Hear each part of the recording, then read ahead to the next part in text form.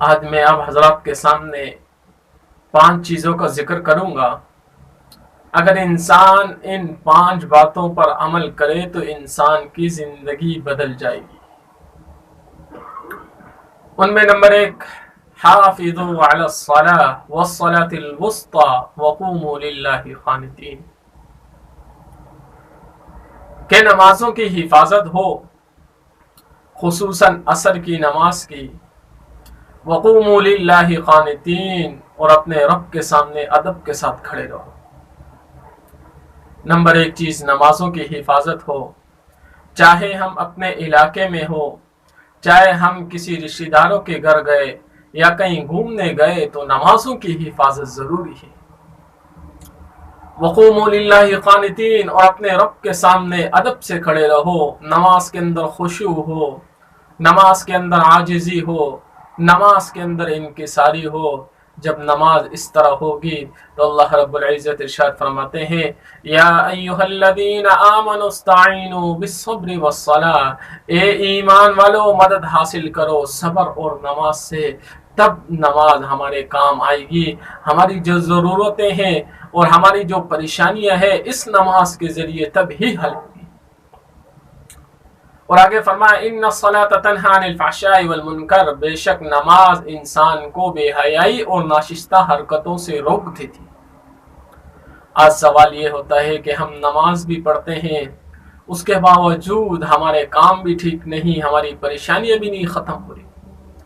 تو اس کی اصل وجہ یہ ہے کہ ہماری نماز کے اندر خشوع خضوع اور عاجزی نہیں ہے۔ اس لیے حضرت عمر رضی اللہ تعالیٰ عنہ کے بارے میں آتا ہے، جب وہ کسی کو گورنر مقرر کرتے تو سب سے پہلے اس کے بارے میں یہ معلوم کرتے کہ وہ نماز کا اہتمام کرتا ہے یا نہیں۔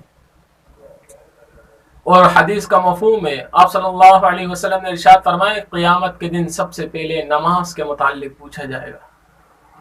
ایمان لانے کے بعد انسان کی طرف جو سب سے پہلے چیز متوجہ ہونے والی چیز ہے وہ ہے نماز۔ اس لیے ہمیں چاہیے کہ نمازوں کا اہتمام کرے، اور نماز میں سب سے پہلا درجہ فرائض کا ہے، اس کے بعد واجبات کا ہے، اس کے بعد سنت کا ہے، اور اس کے بعد مستحبات اور نوافل اور سنت غیر مؤکدہ کا ہے۔ تو انشاءاللہ نمازوں کا خصوصی طور پر اہتمام فرمائیں گے۔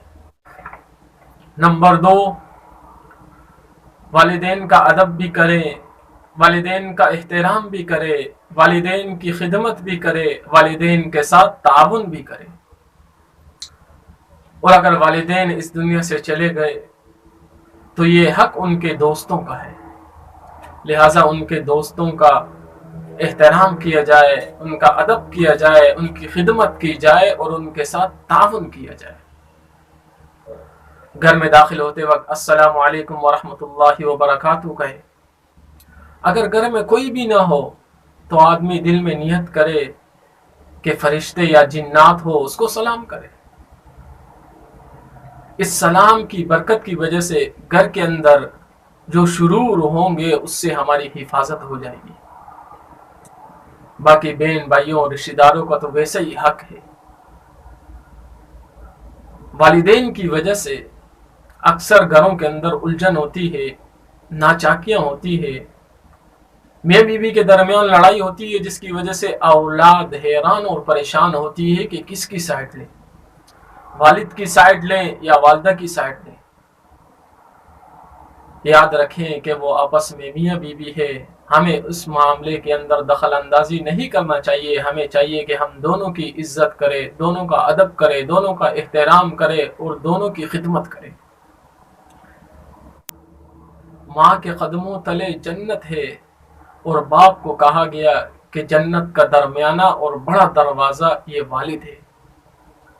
اس لیے والدین کی خدمت کرے، والدین کے ساتھ تعاون کرے، یہ ہمارا حق ہے اور ہم پر لازم ہے کہ ہم یہ کام کریں۔ نمبر 3، اپنے مسجد کی امام کی عزت کرو۔ اگر آپ کے پاس اللہ نے طاقت اور وسعت دی ہے ان کو ہدیہ دو، چاہے وہ خوشبو ہی کیوں نہ ہو۔ اپنے گھر بلایا جائے اور اس کو عمدہ سے عمدہ کھانا کھلایا جائے۔ پچھلے ہفتے ہندوستان کے ایک علاقے اسلام پور مالیگاؤں کے اندر ایک پروگرام منعقد ہوا جس میں امام صاحب کو ہدیتاً 4 لاکھ روپے دیے گئے اور بہت زیادہ تحائف، صرف اس بات پر کہ انہوں نے 50 سال اس مسجد کی خدمت کی، لوگوں کو حلال حرام سکھایا، لوگوں کی اولاد کی تربیت دکھائی اور لوگوں کو آخرت سے ڈرایا اور آخرت کی تیاری ان کے دلوں کے اندر ڈالی۔ امام حنیفہ رحمۃ اللہ علیہ کے بیٹے حضرت حماد جب انہوں نے حفظ کیا تو امام صاحب نے ان کے استاذ کو غالباً 1000 یا 10,000 درہم دیے اور کہا کہ اگر میرے پاس اور ہوتے تو میں اور بھی دیتا۔ میں یہ نہیں کہتا کہ قرآن کا بدل ہے، قرآن ایک ایسا تحفہ ہے کہ جس کا کوئی بدل نہیں۔ اسی طرح سفیان ثوری رحمۃ اللہ علیہ کے بارے میں آتا ہے کہ ایک شخص آیا کرتے تھے ان کے پاس اور ان کے ساتھ بہت زیادہ تعاون کرتے تھے، تو سفیان ثوری رحمۃ اللہ علیہ فرمایا کرتے تھے، یا اللہ اس شخص نے میری دنیا بدل دی، یا اللہ تو اس کی آخرت بدل دے۔ جب اس آدمی کا انتقال ہوا تو کسی نے خواب کے اندر دیکھا اور پوچھا اس سے کہ کیا معاملہ تیرا ہوا؟ کہا کہ اس دعا کی برکت کی وجہ سے اللہ رب العزت نے میری آخرت بدل دی۔ اس لیے میرے واجب الاحترام ساتھیو دوستو، امام کی عزت کرو۔ اگر ہم امام کی عزت نہیں کریں گے، امام کو امام اس لیے کہا جاتا ہے کہ امام آگے ہوتا ہے سب سے۔ ایک ہی ایسی صورت ہے کہ جس میں امام پیچھے ہوتا ہے اور مقتدی آگے ہو جاتا ہے، وہ ہے جنازے کی نماز۔ اگر ہم امام کو پیچھے کریں گے اس کا مطلب یہ ہے کہ ہم سب مردے ہو گئے، لہٰذا مردے مت بنو، زندہ دل انسان بنو۔ اور نمبر 4، تبلیغ کے کام سے جڑے رہو۔ اگر وقت ہے تعلیم کے اندر بیٹھیں، اگر وقت ہے گشت کے اندر چلے جائیں، اس لیے یہ ایک ایسا راستہ ہے جس نے بہت سے لوگوں کی زندگیوں کو بدل دیا۔ اور نمبر 5، اپنی حیثیت اور اپنی شناخت نہ بھولیں۔ آج آپ دیکھیں، آپ نے کبھی دیکھا ہے کہ یہودیوں نے قربانی کی ہو، عیسائیوں نے رمضان کے روزے رکھے ہو، لیکن افسوس آج ہم کہتے ہیں کہ اللہ ہم دعا گو ہیں کہ بیت المقدس کو آزاد کر دے۔ ایک مرتبہ میں ویڈیو دیکھ رہا تھا، تراویح کی نماز تھی، تو ایسے لگ رہا تھا کہ میں کیا بتاؤں آپ کو کہ کسی کے سر پر کوئی ٹوپی نہیں، کسی کے چہرے پر کوئی داڑھی نہیں۔ آج ہم ان کے لیے آزادی کی دعا مانگتے ہیں اور حالت ان کی یہ ہے کہ انہوں نے اپنی شناختیں بدل دی۔ آج ہم عراق کے لیے دعا کرتے ہیں کہ اللہ عراق کو آزادی دے۔ جب نئے سال کی ابتدا ہوتی ہے وہاں جو موج و مستی ہوتی ہے وہ امریکہ کے اندر بھی نہیں ہوتی۔ وہ لوگ جنہوں نے ان کو نیست و نابود کر دیا، ان کے تہواروں کے اندر وہ حد سے بڑھ جاتے ہیں۔ اس لیے اپنی شناخت نہ بھولیں، اور اپنی شناخت جب آدمی بھول جاتا ہے تو آدمی عزت سے کی نگاہ سے بھی گر جاتا ہے۔